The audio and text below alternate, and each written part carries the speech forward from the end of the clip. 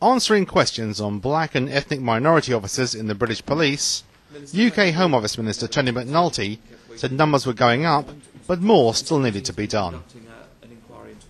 Nationally, in terms of targets for BME recruitment, all our forces are there or thereabouts, but I do think a lot more needs to be done.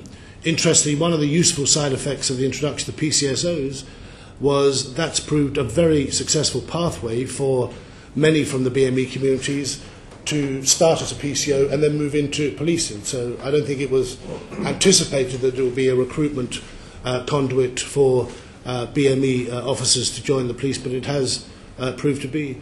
The targets are something around 8-9%, depending on the force, and most are absolutely in line to at least come close to that. But I think that the target is but the start, I would say, and all forces can and should do better. He was also asked about local policing and claims that the Home Office had too much of a role in it. And we've spent the last year or so trying to get to a place where we define far more readily the strategic oversight that the Home Office has and what we expect and anticipate from our local constabularies and indeed right at the neighbourhood policing level. I do sincerely think that it's the Home Office's job to set the broad framework and it's for constabularies and their local politicians to determine the priorities within that framework.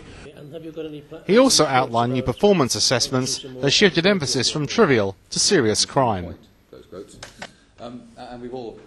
Last summer, when we launched our new crime strategy, we reflected those concerns and have said from the centre now, in terms of targets and performance, serious crime is and should be the focal point. That's not to say that all the gains made on the lower end but high volume crime somehow don't matter anymore, but we think the CDRP, LAA type process, where all partners come together locally, will deal with that sufficiently.